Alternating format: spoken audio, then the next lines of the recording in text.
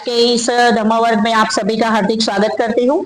पिछली बार हमने आर्य अष्टांगिक मार्ग का पहला अंग सम्यक दृष्टि देखा था। तो पहले अंग में हमने कुछ बातें देखी है। आज हम आगे देखने वाले हैं कि हमारा जीवन दुखमय है। तो भगवान बुद्ध कहते हैं कि हमारे जीवन में 7 प्रकार के दुख है। तो हमारा जन्म दुखदायक है। हम सब जानते हैं कि जन्म लेना भी दुखदायक है। क्यों दुखदायक है? कि जब कोई माँ जन्म देती है बच्चे को तो कितनी उसको पीड़ा होती है ना। और बाहर जो बाप खड़ा रहता है हॉस्पिटल के, है ना, कमरे के बाहर, वो भी पीड़ा में रहता है अपनी पत्नी के लिए और अपने आने वाले बच्चे के लिए। तो वो क्षण कैसा दुखदायी रहता है कि नहीं? जब तक वो बच्चा आ नहीं जाता तब तक सब दुख में, चिंता में रहते हैं। तो देखिए कि जन्म लेना भी दुखदायक है। दूसरी बात है कि बीमारी। अगर कोई हमारे घर में बीमार हो गया और ज्यादा लंबे समय तक अगर हमें, कोई व्यक्ति को कैंसर हो गया और ज्यादा लंबे समय तक अगर हमें उसे देखना पड़ता है तो वो खुद भी उतना दुखी है और जो सेवा करने वाले लोग हैं ना, वो भी दुखी रहते हैं। क्योंकि बीमारी इतनी लंबी हो जाती है और कोई भी बीमारी हमें सुख नहीं दे सकती। छोटी सी भी बीमारी हो जाए, पेट दर्द भी हो जाए तो हम आकुल व्याकुल हो जाते हैं, है ना। हमारे कान में दर्द हो गया तो भी हम आकुल व्याकुल हो जाते हैं। तो ये जो बीमारी है ये दुखदायक है ना। फिर तीसरा है वृद्धावस्था। कोई भी वृद्ध ऐसा बोल सकता है कि मैं सुखी हूँ। उसके घुटनों का दर्द होगा, उसको आंख से दिखाई नहीं देता होगा, उसकी कमर में दर्द होगा, है ना, ठीक से चल नहीं पाता और एक तरह से वो दूसरों पर निर्भर हो जाता है। वो जो अपने काम स्वयं करता था, आज वो खाना खाने के लिए भी दूसरे पर निर्भर हो जाता है कि कोई मुझे थाली दे तो मैं खाऊं, और कई बार तो कोई मुंह में कौर रखे तब मैं खाऊं। तो इतना वृद्धावस्था भी एक तरह से दुखदायक है। और तीसरा है कि प्रिय व्यक्ति का वियोग। अब हमें कोई व्यक्ति बहुत प्रिय है या कोई वस्तु बहुत प्रिय है और वो टूट गई तो हमें दुख होता है कि नहीं? कोई व्यक्ति प्रिय है और हमसे बिछड़ गया तब भी हमें दुख होता है। हम शिविरों में जाते हैं तो शिविरों में जाते हैं, 7 दिन वहां पर शिविर करते हैं और 8वें दिन जब हमें घर लौटने का होता है तो हम कैसे रोते हैं कि कितना बढ़िया था, यहाँ पे सब लोग मैत्रीपूर्ण तरीके से रह रहे थे, सारे घर के दुख घर पे थे। अब फिर से घर जाएंगे और दुखों का सामना होगा। तो इस तरह से प्रिय व्यक्ति का वियोग भी दुखदायक है और अप्रिय व्यक्ति का मिलन भी दुखदायक है। कोई व्यक्ति हमें नापसंद है, जिसे हम पसंद ही नहीं करते हैं, तो वो भी हमारे लिए दुखदायक होता है। क्योंकि हमें लगता है ये कहाँ मिल गया हमें, है ना, ये अभी मेरा दिमाग खराब करेगा, ये अभी मुझे अपशब्द बोलेगा, है ना। तो अप्रिय व्यक्ति का मिलना भी दुखदायक है। और जैसा हम चाहते हैं वैसा अगर नहीं होता है तो वो भी दुखदायक है ना। किसी को लगता होगा कि अगर संकल्प दिन इस तरीके से मनाया जाता तो बहुत अच्छा होता। अभी कुछ लोगों के मैंने YouTube पर वीडियो देखे थे तो कुछ लोग बोल रहे थे कि आज के दिन तो बाबा साहब यहाँ पर रोए थे और सब लोग नाच रहे हैं, तो आज के दिन नहीं नाचना चाहिए। तो क्या उस दिन भी रोए लोग? अब 1917 से अभी कितने साल हो गए, 107 साल हो गए, क्या अभी भी हम रोएंगे? अरे उन्होंने रोए थे, वो खुद रोए थे, लेकिन हमारे लिए हंसने का अवसर कर गए ना, हमें तो हंसा गए ना, हमें सब कुछ दे के गए। तो आज हम हंसेंगे तो वो हंसेंगे, आज भी हम रोएंगे तो वो भी रोएंगे ना कि यार मेरे समाज आज भी दुखी है, क्यों रो रहे हो, अब तो सब कुछ हम आपको दे दिया है। तो हंसी खुशी मनाओ कि बाबा साहब का ग्रेटिट्यूड करो उस दिन कि आपकी वजह से हम यहाँ पर आज बैठे हैं, आज हम खुशियां मना रहे हैं। तो हमने इस तरीके से जो भी मतलब कि जैसा हम चाहते हैं वैसा अगर नहीं होता है तो हमें प्रतिक्रिया नहीं देनी है। हाँ, हम खुद कैसा महसूस करते हैं उसके ऊपर हमने डिपेंड रहना चाहिए कि मेरा मन अवस्था कैसा है। मैं मेरी स्वयं की बात करूं तो जब संकल्प भूमि का ओटला ही था सिर्फ और बरगद का बड़ा पेड़ था, तो जब हम 6 दिसंबर को एक बार में गई तो मेरी आंख में आंसू आ गए, लेकिन मैंने लोगों को नहीं दिखाया, मुझे दुख हो रहा था। आज बाबा साहब की मृत्यु भी है और बाबा साहब यहीं पर बैठ के रोए थे। तो वो हम खुद क्या महसूस करते हैं वो हमारा खुद का रहता है, पर हम लोगों को नहीं कह सकते कि आज बाबा साहब का 6 दिसंबर है, आप भी रोइए। वो रोने के लिए नहीं है, वो हमारे हंसने के लिए बहुत कुछ करके गए हैं, तो हमने आज हंसना चाहिए। उनका 23 सितंबर को 6 दिसंबर को जाके ग्रेटिट्यूड करना चाहिए। अभी हम अशोक विजयादशमी को वहां मनाने वाले, तो उस दिन भी हम ग्रेटिट्यूड व्यक्त कर सकते हैं कि आपने हमें धम्म दिया और इसकी वजह से आज हम सुखी है ना। भले वो मर गए, प्रत्येक व्यक्ति को मरना है, भगवान बुद्ध भी मरे हैं, है ना। तो उस दिन हम रो के नहीं बैठ सकते, है ना। तो हमने उनका ग्रेटिट्यूड मनाना है और हमने आगे बढ़ना है। तो उसके बाद मृत्यु भी दुखदायक है। किसी व्यक्ति की मृत्यु हो जाती है तो वो तो चला जाता है, उसको तो कुछ पता नहीं चलता कि भाई उसकी तो मृत्यु हो गई, लेकिन जो पीछे जो लोग रह जाते हैं वो लोग दुखी होते हैं। उनके जो नजदीक के लोग रहते हैं वो दुख भुगतते हैं, चाहे वो कितनी लंबी बीमारी के बाद मरे हो या अचानक मरे हो, लेकिन वो दुख भुगतते हैं। उस समय वो बहुत दुखदायी अवस्था में होते हैं। तो कभी कभी हमें लगता है कि ये तो हमने चालू किया था और अभी हमें बीच में छोड़ देना पड़ा, तो हमें लगता है कि इन लोगों की वजह से मुझे छोड़ना पड़ा, तो उसकी वजह से भी लोग दुखी होते हैं, है ना। और उनको जो लोग पसंद नहीं है, चाहे वो परिस्थिति हो, कोई ऐसी परिस्थिति भी घर में या परिवार में या हमारे मित्रता में उत्पन्न होती है जिसके कारण भी हम, परिस्थिति के कारण भी हम दुखी होते हैं। कभी कभी हमारे पड़ोसी अच्छे नहीं रहते तो भी हमें दुख रहता है कि कैसे पड़ोसी मिल गए हैं, रोज झगड़ा करते हैं, रोज हमारे साथ मतलब कि दुर्व्यवहार करते हैं, तो हम उनकी वजह से भी कभी कभी दुखी होते हैं। हवामान की वजह से भी दुखी होते हैं। हम लोग अभी कितने दिन से सोच रहे हैं क्या बारिश बारिश बारिश हो रही है, गरबा खेलने वाले कितने दुखी होंगे अभी कि क्या हवामान, अभी क्या भगवान ने क्या कर दिया, कितनी बारिश हो रही है, अब हम कैसे गरबा खेलेंगे, है ना। तो हवामान की वजह से भी दुख रहता है हमें, है ना। बहुत धूप पड़ेगी तो हम बोलेंगे क्या इतनी सारी धूप पड़ रही है ना। अभी श्राद्ध चल रहे हैं तो अभी बहुत धूप पड़ने का समय रहता है, तो अभी अगर धूप होती तो बोलते कितनी धूप है, बहुत ही धूप है। अभी बारिश हो रही है तो बोलते कितनी बारिश हो रही है। तो हमें हमेशा शिकायत रहती है, हम कभी संतुष्ट नहीं होते हैं, हम हमेशा किसी न किसी चीज के लिए दुखी रहते हैं। तो तथागत बुद्ध हमें एक ही बात सिखाते हैं कि दुख और दुख निरोध ये हमारे डॉक्टर है, क्योंकि ये हमें सिखाते हैं, ये हमें ग्रहणशील बनाते हैं कि किस तरह से हमें दुख से ऊपर उठकर हमने स्थिरता से रहना है, समाधान से रहना है। दुख आया तो एक्सेप्ट करो कि हाँ भाई दुख आया है, कोई बात नहीं। सुख चला गया और दुख आया तो दुख भी चला जाएगा और फिर सुख आएगा। तो ये तो सिक्के की दो बाजू है, आते जाते रहते हैं। तो हमें वहां पर सिखाने के लिए कुछ भी आया है, दुख भी सिखाने के लिए आता है कि हम वहां पर बहुत दुखी होकर अवसाद में न चले जाए, और सुख भी हमें सिखाने आता है कि हम बहुत ही मतलब कि गुलछरे न उड़ाने लगे, उस छोर पर अति सयोक्ति पर न चले जाए। तो सब ये दुख हमारा डॉक्टर है। तो भगवान बुद्ध को भी शारीरिक दुख हुआ था, ऐसा नहीं है कि भगवान थे, बुद्ध तो प्राप्त थे तो उनको शारीरिक दुख नहीं था, ऐसा नहीं था। उन्हें भी जब पीठ ऐसे जब वो प्रवचन देते थे, घंटों तक लोग बैठे रहते थे उनके सामने, और जब वो प्रवचन देते थे तो उन्हें भी पीठ दर्द होता था, क्योंकि उन्होंने जो 6 साल कठिन तपस्या की थी ना, उनकी वजह से उनको पीठ दर्द होता था। तो तब वो क्या करते थे, सारिपुत्र या महामोगलान को बोलते थे कि अभी आगे का प्रवचन आप दीजिए और मैं थोड़ा सा पीठ सीधी कर लेता हूं। तो हाँ, वो ये बात है ना बहुत बड़ी है।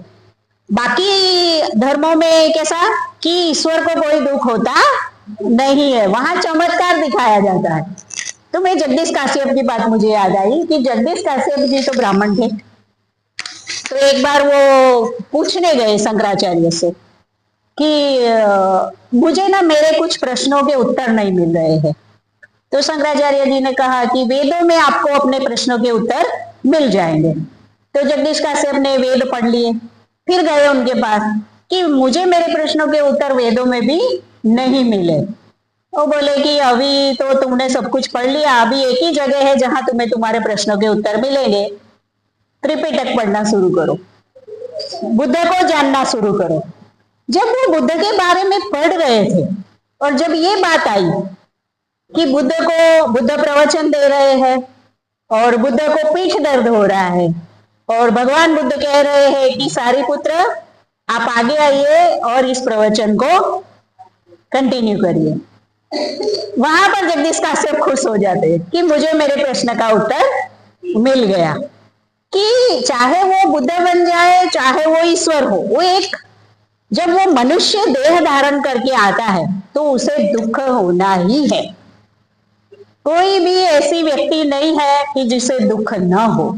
तो वहीं से फिर जगदीश काश्यप के जीवन का टर्निंग पॉइंट है, वो बुद्धिज्म में प्रवेश करते हैं, है ना।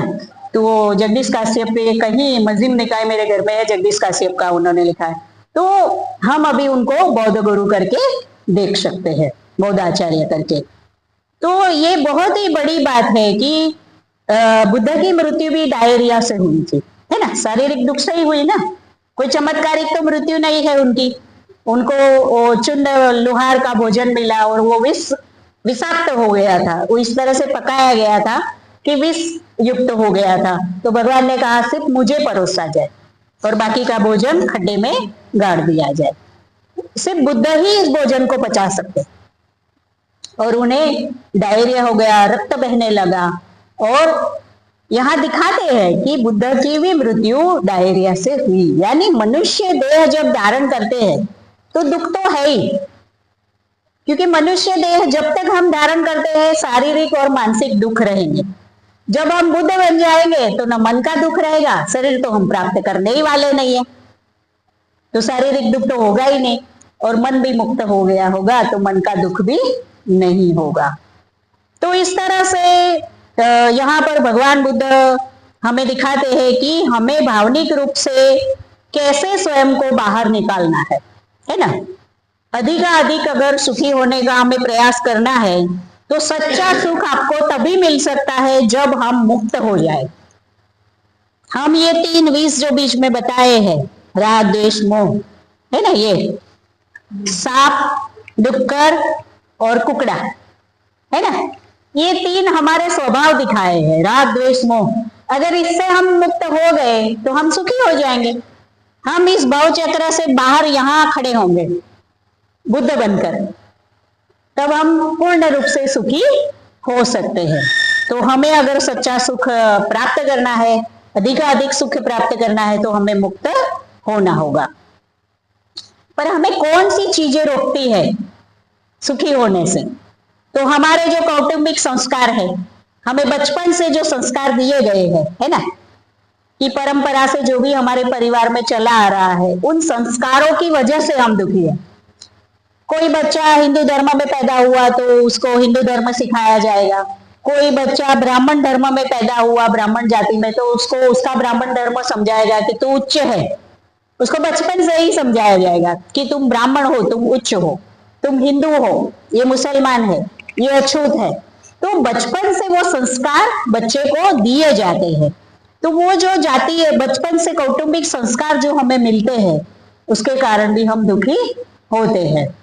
और जातीय संस्कार, है ना, हम जिस जाति में पैदा हुए, तो ब्राह्मण अपने बच्चे को सिखाएगा कि मैं उच्च हूँ, है ना, तो उच्च जाति का है ना।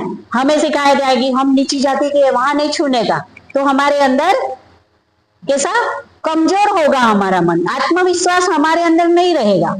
हम बचपन से ही ऐसा सोचना शुरू करेंगे कि वो उच्च है, मैं वहां नहीं जा सकता, मैं उसके साथ नहीं बैठ सकता। तो ये हमारे ही घर में से सिखाया जाता है। हमारे बच्चों को बचपन में हम डर दिखाते हैं, बिल्ली आएगी, भूत आएगा, है ना, तुमको ले जाएगा, सो जाओ। तो माँ भी ऐसे संस्कार बचपन से देती है।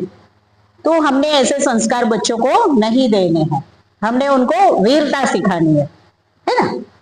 तो तीसरा है शैक्षणिक संस्कार। हम जो शिक्षा प्राप्त करते हैं वहां पे भी कुछ संस्कार ऐसे हैं जिसके कारण भी हम दुखी होते हैं। हमारे कुछ मित्र भी ऐसे होते हैं। अभी हमारा कोई मित्र व्यसनी है तो हम थोड़े दिन में तो सिगरेट पीना सीख ही जाएंगे। वो बोलेगा क्या है, कुछ नहीं होता, एक पी लेना, एक एक एक दम मार लेना बोलेगा। तो हम वहां पर सीखते हैं सिगरेट पीना और धीरे धीरे फिर हम आगे बढ़ के व्यसनी हो जाते हैं। तो हमारे मित्रों के कारण भी, उनके संस्कार हमारे अंदर आते हैं, उसके कारण भी हम दुखी होते हैं। अब देखा जाए तो सिद्धार्थ को राजा बनने के पूरे संस्कार मिले थे, है ना, राजभवन में पले थे, लेकिन उन्होंने त्यागे ना, वो गृह त्याग करके गए, उन्होंने कठिन तपस्या की और वो बुद्ध बने। तो हमें भी हमारे जो बचपन से संस्कार मिले हैं, हमारे समाज से संस्कार मिले हैं, हमारी शिक्षा से संस्कार मिले हैं, तो जब अभी हम बौद्ध धर्म में पांव रख दिया है, दीक्षा ले ली है, तो हमने भी उस संस्कारों को तोड़ना है। हमने वो जो पुराने संस्कार है उसको पीछे छोड़ देना है और हमें बुद्ध के क्या शिक्षा है, बुद्ध के गुण कौन से हैं, बुद्ध की शिक्षा हमें क्या सिखाती है, उसको हमें ग्रहण करना है। हमें ग्रहणशील बनना है और अगर हम ग्रहणशील बनते हैं और उसको अपनाते हैं तो हम आगे भगवान बुद्ध ने जो बताया हुआ करुणा और शांति का हम योद्धा बन सकते हैं। क्योंकि बुद्धा ने भी अपने संस्कार छोड़े, सिद्धार्थ ने भी, और वो बुद्ध बने और बड़े धम्म प्रचारक बने, उन्होंने लोगों तक धम्म पहुंचाया। तो हम हमारे आध्यात्मिक जीवन के द्वारा, अभी हम बुद्ध विहार में आते हैं तो हम आध्यात्मिक जीवन का विकास करने आते हैं ना, तो हम हमारे आध्यात्मिक जीवन के द्वारा हमारे अंदर जो पुराने संस्कार है उसको हम निकाल सकते हैं और हम आगे बढ़ सकते हैं और बुद्ध की तरह हम भी धम्म प्रचार कर सकते हैं। तो आध्यात्मिक जीवन में कुटुंब, शिक्षण या पैसा, इन सब का कोई महत्व नहीं होता है। मैं अभी आध्यात्मिक टीचर बनी हूं तो मुझे कोई मेरी डिग्री नहीं पूछेगा कि आपको प्रवचन देना है तो आपके पास बुद्धिज्म की पीएचडी की डिग्री है क्या, वो मुझे कोई नहीं पूछेगा। पर अगर मुझे कॉलेज में पढ़ाना जाना है बुद्धिज्म की, है ना, गौतम बुद्ध विश्वविद्यालय में मुझे पढ़ाने जाना है तो मुझे डिग्री चाहिए कि मैंने बुद्धिज्म के कौन से पार्ट में मैंने पीएचडी किया है, तब वो मुझे वहां सिखाने देंगे। पर वो क्या है, शैक्षणिक है, थियरी है, वहां पर प्रैक्टिकल कुछ भी नहीं है। वहां पर आप ध्यान करके विकास करते हो कि नहीं करते हो उसका कोई महत्व नहीं है। आप बुद्ध की शिक्षा वहां पर पढ़ाई जाएगी, थियरी, और वो आप पढ़ेंगे, पेपर देंगे और आप स्कॉलर बन जाएंगे, लेकिन आपके जीवन में कोई परिवर्तन नहीं आएगा। तो आध्यात्मिक जीवन में शिक्षण का कोई महत्व नहीं। बुद्ध कौन सी कॉलेज गए थे, बुद्ध ने कौन सी शिक्षा प्राप्त की थी, है ना, तब भी वो हमारे गुरु है ना, पूरे दुनिया के गुरु है, पूरे मानव समुदाय के गुरु है ना। तो यहाँ पर शिक्षा का कोई इतना महत्व नहीं है आध्यात्मिक जीवन के अंदर। आपके पास कितना पैसा है वो कोई नहीं पूछेगा, है ना, आपका कुटुंब कैसा है, आप किस फैमिली से बिलोंग करते हैं, आपको कोई नहीं पूछेगा, है ना। आपने आध्यात्मिक जीवन जीने की शुरुआत की है, आपने शिविर की है, आप ब्रह्मचारी बने हैं या आप भिक्षु बने हैं, तो आपके पास क्वालिफिकेशन है कि आप ध्यान करते हैं, आपने स्वयं के जीवन को पलटा है, आपके जीवन के अनुभव से आप लोगों को धम्म सिखा सकते हैं। तो जो स्वयं की आसक्ति है उसको हमें छोड़ना होगा और हम जो लौकिक अवस्था में जी रहे हैं, भौतिक जीवन, उससे हमें लोकोत्तर की ओर जाना होगा, है ना। हमें राग द्वेष मोह से हमें दान, शील, मैत्री, प्रज्ञा, करुणा की ओर जाना होगा। तो स्वयं की आसक्ति, संकुचितता और अहम से दूर जाना है, हमें संसार से परे जाना है।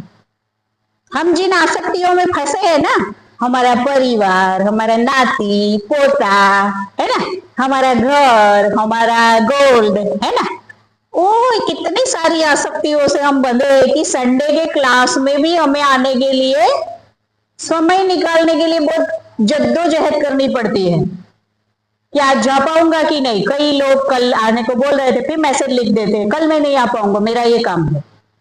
क्यों ऐसा होता है कि हमारा शरणगमन बुद्ध धम्म संघ के ओर नहीं है। हमारे हृदय के करीब कौन होने चाहिए, बुद्ध धम्म और संघ होने चाहिए।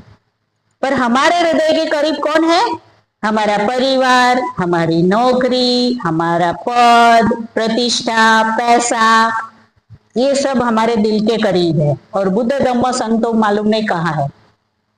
तो इसलिए हमारा जो कमिटमेंट है वो बुद्ध धम्म संघ के प्रति नहीं है, इसलिए हम दूर जाते हैं। तो हमने हमारी जो स्वयं की आसक्ति है, संकुचितता है, अहम है, अहंकार है, उससे भी हमें परे जाना है। ये संसार जो है ना, दुख, अनित्य, अनात्म से भरा हुआ है, उसके 3 लक्षण है, तो हमें उससे ऊपर उठना है।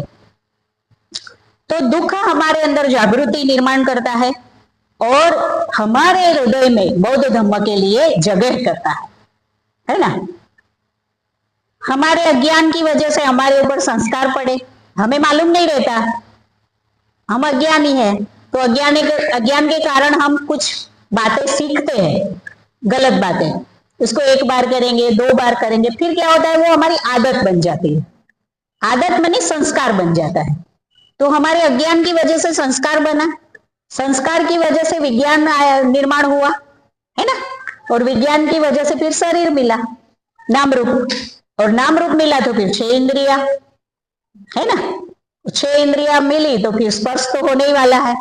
अब अच्छा भी स्पर्श होगा और बुरा भी होगा, है ना। तो जब स्पर्श होगा तो हम क्या करेंगे, तृष्णा में जाएंगे। अच्छा लगा तो भी तृष्णा में जाएंगे और चाहिए, बुरा लगा तो भी तृष्णा में जाएंगे कि बदला लेना है। कहीं ना कहीं तो हम जो स्पर्श जैसा भी हुआ, लेकिन तृष्णा में हम जाएंगे, और तृष्णा के कारण फिर क्या होगा, हम स्पर्श के कारण वेदना हुई ना, किसी ने गाली बोली तो फिर वो दुखद स्पर्श हुआ, तो वेदना हुई, तो हम क्या सोचेंगे, अभी बदला लेना है। कोई चीज अच्छी लगी तो हमें वेदना, सुखद वेदना हुई, तो हमें हम क्या करते हैं, और चाहिए, है ना। तो वेदना के कारण हम तृष्णा में जाते हैं, और तृष्णा के कारण फिर हम उपादान, अभी उसी समय तो हमें वो अच्छी चीज फिर से नहीं मिल सकती, तो हम संग्रह करके रख लेते हैं मन में कि बाद में मिलेगा तो मैं ले लूंगा। बदला नहीं ले सके उस समय, किसी ने कुछ कहा तो हम क्या रख लेते हैं अपने मन में बात, मौका मिलेगा तो बता दूंगा, है ना। तो इसके कारण हम उपादान में जाते हैं, तो एक तरह से फिर हम अपना आगे का भाव निर्माण कर देते हैं। हम ही इसी जन्म में अपना भाव निर्माण करते हैं। तो हमें क्या करना है कि हमें जब भी ऐसा होता है तो हमें भवचक्र से बाहर निकलने का प्रयास करना है। जब हमें दुखद स्पर्श होता है या सुखद स्पर्श होता है, जो भी सुखद दुखद, उसको वेदना ही शब्द दिया गया है। तो जब हमें वेदना होती है तो हमें उस दुख को महसूस करके हमें श्रद्धा के मार्ग पर जाना है। बुद्ध के अंदर हमें श्रद्धा जगानी है, और श्रद्धा के मार्ग पर जाओगे तो आप जरूर आनंदित होगे। श्रद्धा के बाद ऊर्ध्वगामी मार्ग में प्रमुदिता ही है ना। तो हमें आगे की ओर बढ़ना है, हमें लौकिक से लोकोत्तर की ओर बढ़ना है। तो दुख हमारे अंदर जागृति निर्माण करता है और बौद्ध धम्म के लिए हमारे मन में जगह पैदा करता है। दुख होता है तो हम श्रद्धा के मार्ग से बुद्ध की ओर जाते हैं। असमाधान और दुख हमें परिपक्व बनने में मदद करता है ना। कई बार हम दुख के बाद बहुत परिपक्व बन जाते हैं। पहले कभी हमने दुख का अनुभव ही नहीं किया होता है तो हमें उसका कुछ अनुभव ही नहीं रहता है ना। तो जब दुख आता है और दुख के बाद हम परिपक्व भी बनते हैं, हम कुछ सीखते हैं उससे। और परिवार के लिए जो हमारा आचरण है ना, वो ही सही आचरण है। अगर हम परिवार में हमारे माता पिता है उसको खाना नहीं देते और बाहर कहीं हम अपनी पद प्रतिष्ठा के लिए भोजन समारंभ रखते हैं तो वो उचित है क्या? नहीं है ना। हम हमारे परिवार के बच्चों को मदद नहीं करते हैं और हम दूसरे वहां तख्ती लगने वाली है वहां जाकर लाखों का दान देते हैं तो क्या होगा? हमारे ही भाई का लड़का शिक्षा प्राप्त नहीं कर सकता है पैसे की वजह से, और हम किसी और शिक्षा संस्थान में जाके दान देंगे तो क्या कोई मतलब है? हमने हमारे परिवार के साथ कैसा व्यवहार करना है वो हमें बुद्ध धम्म सिखाता है। कि सबसे पहले तो जब आप सही अर्थ में बौद्ध बनते हैं ना, सही अर्थ में आध्यात्मिक विकास करते हैं ना, तो आप परिवार में वापस आते हैं।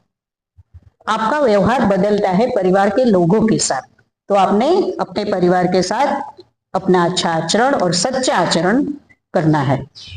तो सतत भवचक्र में घूमते रहना, सुख ढूंढने का हम प्रयत्न करते रहते हैं, पर सुख मिलता नहीं है। अकुशल कर्म बार बार करने से हम वह मजबूत हो जाते हैं और उसको छोड़ना मुश्किल हो जाता है। पुरानी बातों को छोड़ना बहुत कठिन होता है ना। कोई भी किसी ने कुछ कह दिया है और उसको मन से निकालना बहुत ही मुश्किल होता है हमारे लिए। तो हम जब इसको छोड़ते हैं और श्रद्धा के मार्ग पर जाते हैं, तो हम अकुशल को छोड़कर कुशल धर्म की ओर, ऊर्ध्वगामी मार्ग के ऊपर हम आगे बढ़ते हैं और हम विकास करते हैं। तो हम ये क्यों नहीं कर पाते हैं, उसके तरफ भी हम ये एक नजर करेंगे कि हम विपर्यास से जीते हैं। 4 विपर्यास बताए हैं कि हम क्या करते हैं, अनित्य को नित्य मानते हैं। कोई चीज हमने ली, हमें लगता है ये चीज कभी टूटने ही वाली नहीं है, पर भाई वो तो चीज है जिसका निर्माण है, उसका अंत भी है ना। कोई संबंध हमारा किसी व्यक्ति से, हमें लगता है कि ये संबंध हमेशा हमारा रहेगा, पर भाई आज हमारा व्यवहार अच्छा है तो वो संबंध अच्छा है, कल हमारी ओर से कुछ व्यवहार खराब हुआ तो वो संबंध बिगड़ने वाला है। तो हम क्या करते हैं, अनित्य को नित्य समझते हैं, ये हमेशा रहने वाला है, ऐसा ही हम समझते हैं। तो विपर्यास बोलते हैं कि सभी संसार का स्वभाव कैसा है, दुख, अनित्य और अनात्मा, सब कुछ यहाँ पर अनित्य है। तो किसी भी चीज को हम नित्य न माने। जब हम सब कुछ अनित्य है, निर्जीव हो या सजीव हो, चाहे ये बुद्ध विहार हो चाहे इंसान हो, जिसका जन्म है उसकी मृत्यु निश्चित है, ये भी 500 साल के बाद गिर जाएगा। तो हमें जो मरण धर्मा चीजें हैं उसको नित्य समझ के नहीं चलना है। हमें अनित्यता का जो सिद्धांत है बुद्ध ने बताया उसको स्वीकार करना, हमने विपर्यास से नहीं देखना है। दूसरा है अनात्मा को आत्मा समझना, है ना। जो अनात्मा है उसको हम आत्मा समझते हैं। अभी मेरे अंदर आत्मा नाम की कोई पक्की चीज नहीं है, क्योंकि मैं पृथ्वी, आप, तेज, वायु से बनी हूं, है ना। अभी मेरा एक भी तत्व, इन 4 में से एक भी अगर निकल जाए ना तो मेरी मृत्यु हो जाएगी, क्योंकि मेरा पृथ्वी तत्व भी वायु तत्व पर निर्भर है ना, ठीक है ना। मेरा वायु तत्व भी जल तत्व पर निर्भर है। तो यहां पर यह दिखाया जाता है कि कोई भी चीज स्वतंत्र नहीं है, सब कुछ यहाँ पर एक दूसरे पर निर्भर है। हमारा जीवन हम अकेले चला सकते हैं क्या? हम अकेले हम स्वयं अपने कपड़े बनाते हैं क्या? हम स्वयं अपना खेती करके अनाज उगाते हैं क्या? तो हमारा जीवन भी दूसरों पर निर्भर है। हमारे विचार भी हर क्षण बदलते रहते हैं, एक जैसे विचार है क्या? तो फिर कौन सी वस्तु फिक्स है? हमारी भावनाएं भी बदलती रहती है। अभी हमारी भावनाएं जो विहार में बैठकर है वो घर जाकर रहेगी क्या? तो जब सब कुछ बदल रहा है तो वो कौन सी चीज है जिसे हम आत्मा बोलते हैं? आत्मा माने पक्का, अनात्मा माने कुछ भी फिक्स नहीं है। तो हर चीज अनात्मा है, यहाँ पर कोई भी चीज पक्की नहीं है। हम स्वयं भी, यहाँ पर कोई अमोघदर्शिनी नहीं है। ये पृथ्वी आप, तेज, वायु से बनी है ना, विचारों से बनी है, भावनाओं से बनी है। वो सब कुछ बदलता रहेगा, एक दिन हम नष्ट हो जाएंगे। तीसरा है दुख को सुख और सुख को दुख समझना। कभी कभी है ना हमें दुख मिलता है तो हम उसको भी सुख समझते हैं। किस तरह का कि कोई अभी हमें प्यार दे रहा है ना, हमें बहुत अच्छा लग रहा है, लेकिन उसमें जो सुसुप्त दुख छुपा है कि वो चीज जो सुख दे रही है वो बाद में दुख भी देने वाली है, उसके पास वो क्षमता है। अभी लाइट है, हमें पंखे सुख दे रहे हैं, थोड़ी देर के बाद लाइट चली गई तो हमें गर्मी लगेगी, दुख दिया कि नहीं? पर हम उसको हमेशा का सुख समझ लेते हैं कि ये हमेशा मुझे सुख देगा। तो जो दुख है, जिसमें दुख छुपा हुआ है पर हम देखते नहीं है, हम उसको फिक्स समझ लेते हैं कि ये हमेशा ही मुझे सुख देगा, ये चीज हमेशा मेरे पास रहने वाली है और सुख देने वाली है। और जो सुख होता है उसको हम दुख समझते हैं। जहां बुद्धत्व की प्राप्ति से सुख मिलने वाला है, जहां ध्यान करने से सुख मिलने वाला है, धम्म का अध्ययन करने से, आचरण करने से सुख मिलने वाला है, उसको हम नजरअंदाज करते है ना। कौन जाए बुद्ध विहार, क्या सीखना? अमोघदर्शिनी तो फ्री है, उसके घर में भी कोई है नहीं तो आके बैठ जाती है ना। पर मुझे इसमें सुख मिलता है, पर आपको लगेगा कि अरे यार आज संडे को मुझे कहीं जाना था और बुला लिया, है ना। तो ये चीजें हमें दुख देती है। कुरूप को सुंदर और सुंदर को कुरूप मानते हैं। अब हमारा शरीर ऊपर से तो सुंदर दिख रहा है, पर उसकी एक ही परत खाली निकल जाए, थोड़ी सी चोट लग जाए और ब्लड निकला, मांस दिखा, तो कैसा दिखता है? कितना कुरूप दिखता है ना? हमारे नाखून, हमारे बाल, हमारी लाड़, है ना, नाक का लीट, है ना, पेशाब, टॉयलेट, ये सब क्या सुखदायक है? कुछ भी सुखदायक है? पर उस कुरूप को हम सुंदर समझते हैं। और जो सुंदर है सही में हमारा स्वभाव, हमारे मन में जो करुणा मैत्री के गुण है ना, उसको हम कुरूप देखते हैं, है ना। तो हम कुरूप को सुंदर और सुंदर को कुरूप देखते हैं। तो हमारे सुख की धारणाएं इंद्रियों से जुड़ी है, प्राणियों जैसा। प्राणी क्या करता है? खाता पीता है ना, सोता है, बच्चे पैदा करता है, एक दिन मर जाता है। तो हम भी ऐसा ही करते हैं। तो मनुष्य बुद्धि का विकास हुआ है, वो प्राणी से अलग है और वो अपने मन का विकास कर सकता है। उसके पास भावनाएं हैं। हमें किसी ने दुख दिया तो दुख की जो संवेदना है वो हमारे हाथ में नहीं है ना, वेदना हमारे हाथ में नहीं है, वो तो कोई और देता है। लेकिन भावना क्या निर्माण करना, प्रतिक्रिया देना या प्रतिसाद देना, वो हमारे हाथ में। अगर हम प्रशिक्षित है, हमें हमारे अंदर श्रद्धा है, हम बुद्ध की शरण में है, तो हम प्रतिसाद देंगे। और अगर हम जागरूक नहीं है, हमने ध्यान नहीं किया है, तो हम प्रतिक्रिया देंगे, है ना।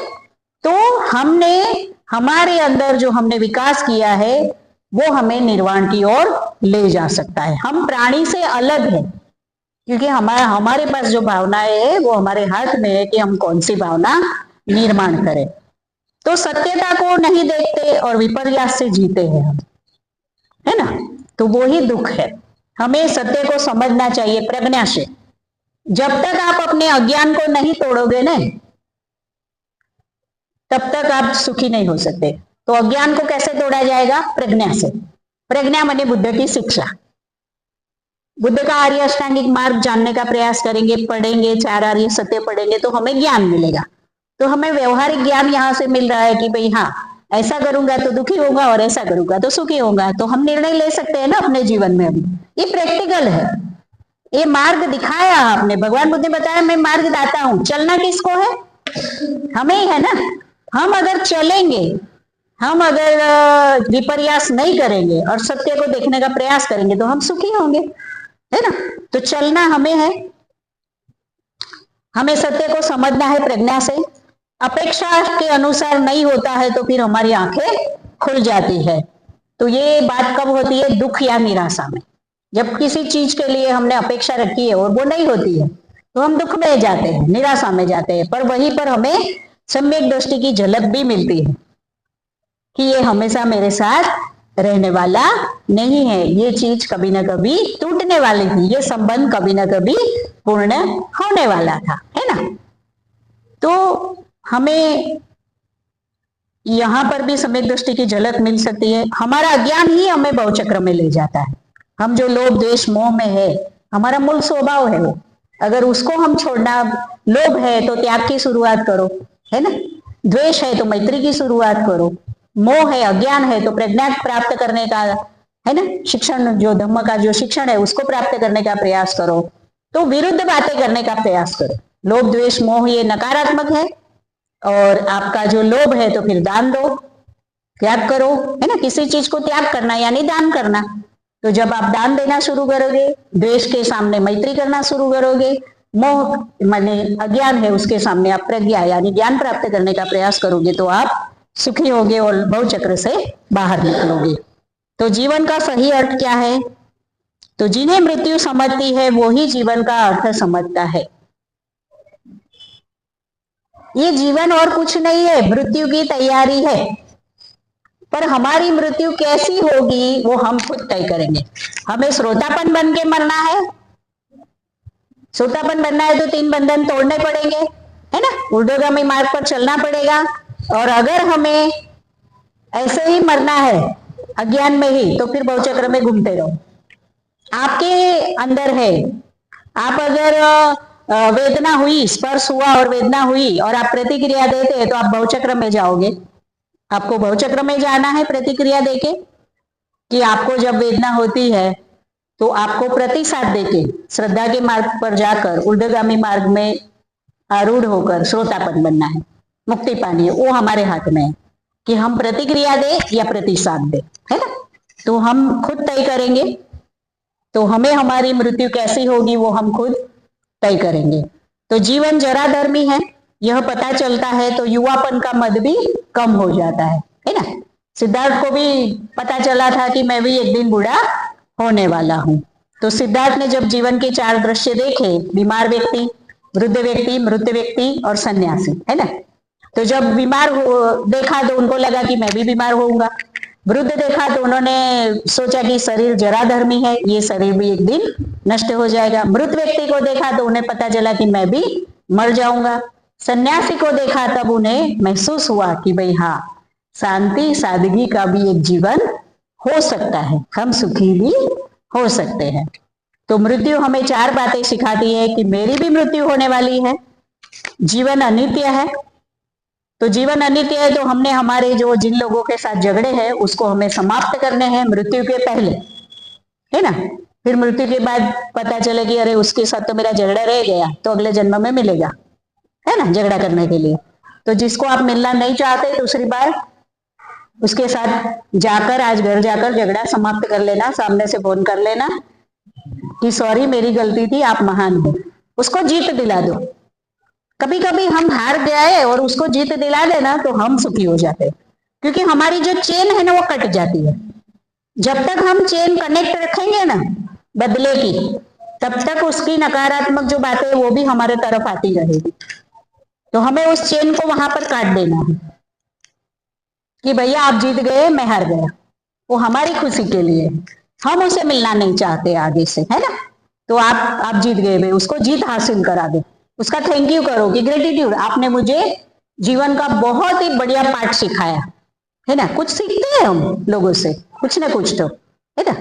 और मेरे जीवन का अर्थ क्या है उसके बारे में आज प्रश्न करो घर जाकर कि क्या है मेरे जीवन का अर्थ। आगे मैं जितने भी साल जीने वाली हूँ या जीने वाला हूँ तो मेरे जीवन का क्या अर्थ है, मुझे क्या करना है। तो संसार के 3 लक्षण है, दुख, अनित्य और अनात्म। ये हमने देखे कि भाई दुख तो है, आर्य सत्य है, सब कुछ यहाँ पर अनित्य है और अनात्म है। तो यहाँ पर हमें हमारा जो बुद्ध की शिक्षा है उसके माध्यम से हमें आगे बढ़ना है। सील, समाधि और प्रज्ञा ये हमें विशुद्धि मार्ग पर ले जाएगा, और हमारे कुशल अकुशल कर्म भी हमें बताते हैं कि हमें कैसे जीना है ना। तो हमें बहुचक्र से बाहर निकलना है और आगे ऊर्ध्वगामी चक्राकार मार्ग पर जाकर हमें इस जीवन को मुक्ति की ओर ले जाना है। तो सम्यक दृष्टि के बारे में आज आपने बहुत अच्छे से सुना, उसके लिए मैं आप सभी का बहुत बहुत पुण्यानुमोदन करती हूँ। जय भीम, नमो बुद्धाय।